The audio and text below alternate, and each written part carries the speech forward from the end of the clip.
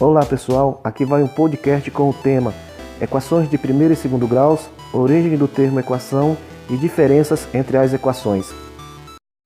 Sou o professor Luiz Carlos, da Escola Vilma Fátima de Assis Barreto, município de Terenos, Mato Grosso do Sul. Trabalho com a disciplina de matemática do 7º ao 9º ano do ensino fundamental e também com as turmas da EJA. Estamos em uma escola rural onde temos muito apreço pela aprendizagem. Nesse momento, vamos fazer uma viagem ao passado e conhecer um pouco da história da álgebra. A palavra álgebra é estranha e intrigante na sua origem.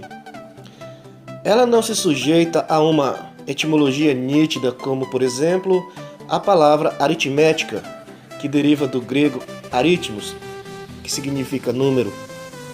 Álgebra é uma variante latina da palavra árabe al-jarb, usada no título de um livro, Zabjab, escrito em Bagdá por volta do ano 825 pelo matemático árabe Mohamed Musa al-Khwarizmi.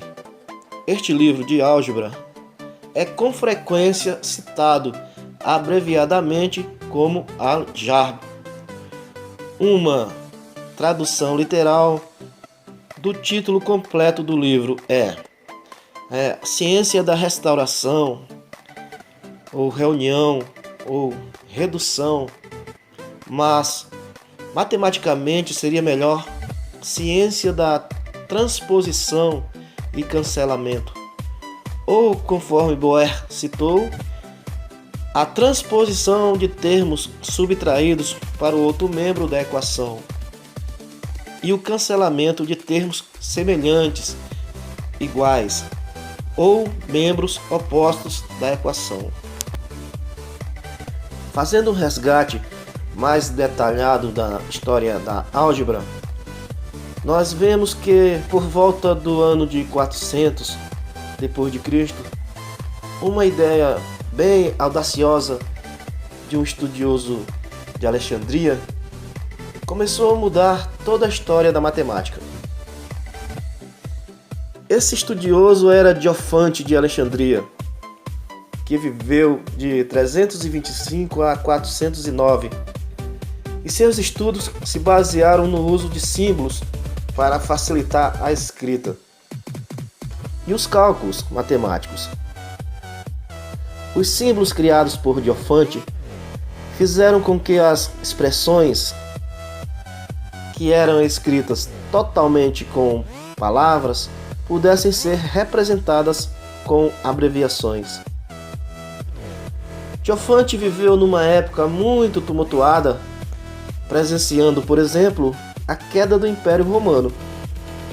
E isso não foi nada bom para a matemática, que teve todo um processo de desenvolvimento interrompido devido ao clima de guerra que se criou e principalmente pela destruição de muitos centros de estudos,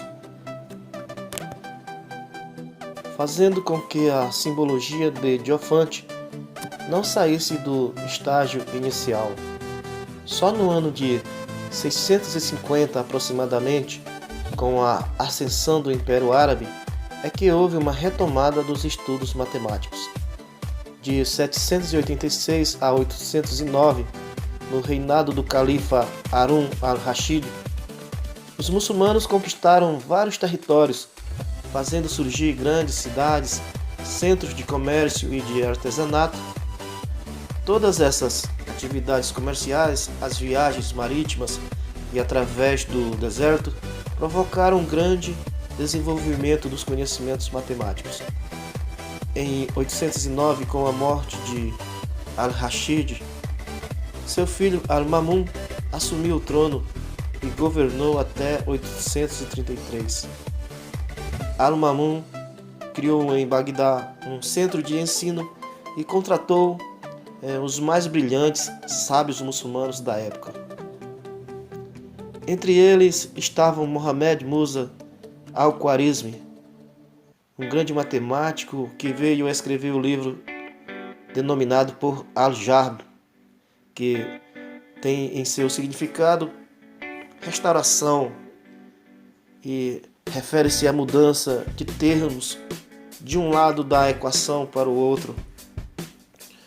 Provavelmente, o termo álgebra se originou do título desse livro. Al-Khwarizmi deu sua contribuição, mas como muitos matemáticos de diversas épocas, ele não conseguiu expressar as equações totalmente em símbolos. Isso só aconteceu 700 anos depois, quando a França e a Espanha estavam em guerra para evitar que seus planos fossem descobertos pelos inimigos. Tanto os franceses como os espanhóis usavam códigos em suas mensagens. Mas os espanhóis não se deram bem não com essa estratégia. Porque sempre que um mensageiro de suas tropas era capturado, os franceses rapidamente descobriam seus planos militares. Os franceses diziam até que a Espanha tinha um pacto com o diabo. Nessa época, até o Papa foi chamado para resolver essa questão. O demônio era François Viater, um advogado francês que era capaz de decifrar os códigos secretos das mensagens espanholas. Viater era muito apaixonado por álgebra. Ele viveu de 1540 até 1603 e passou para a história da matemática como o principal responsável pela introdução dos símbolos no mundo. Por isso ele ficou conhecido como o pai da álgebra.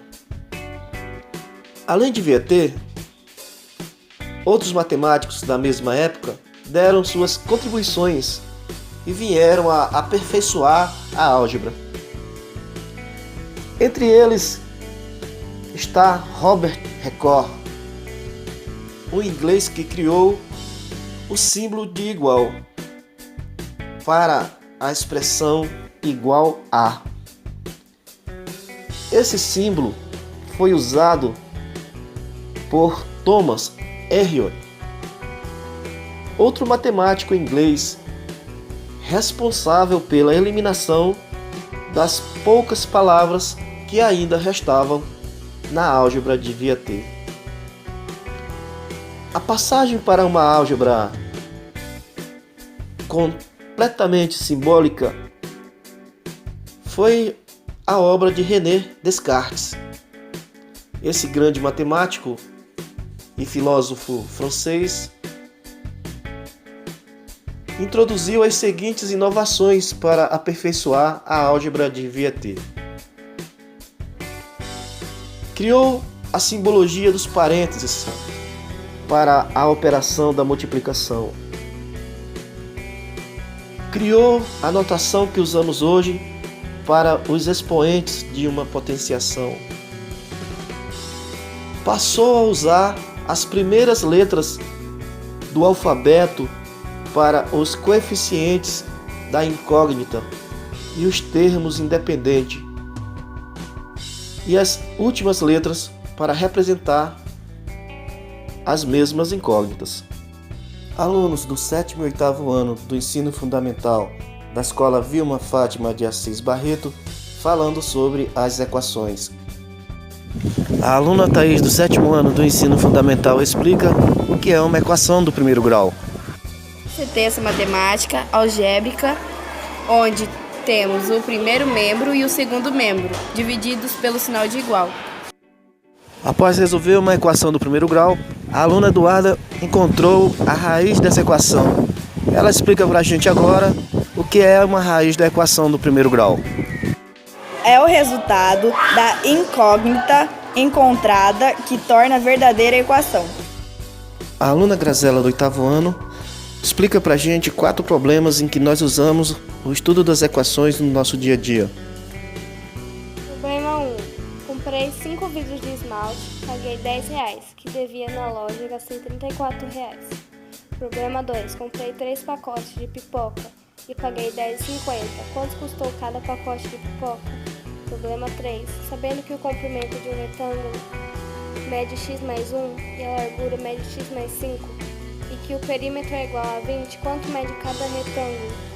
Problema 4, Lucas comprou um celular por R$175 e 4 pendrives de valores iguais, gastando no total R$979. Qual o valor que Lucas pagou em cada pendrive? E qual a diferença da equação do primeiro grau para a equação do segundo grau? Na equação do primeiro grau, nós temos o expoente 1 na incógnita, portanto nós encontramos apenas uma raiz. Na equação do segundo grau, nós temos o expoente 2 na sua incógnita, encontrando assim duas raízes como solução dessa equação. A equação do primeiro grau pode ser representada no gráfico através de retas, enquanto que a equação do segundo grau pode ser representada no gráfico através de parábolas. Universidade Federal do Mato Grosso do Sul. Reitor: Marcelo Augusto Turini. Pró-reitor de Pesquisa e Pós-Graduação, Nalvo Franco de Almeida Júnior. Secretário Especial de Educação à Distância e Formação de Professores, Cristiano Costa Gemenal Vieira. Coordenadora do curso de pós-graduação Lato Sensus em Mídias na Educação, Daiane Riado Neto. Orientador, Rogers Barros de Paula. Autor, Luiz Carlos Mendes Saraiva.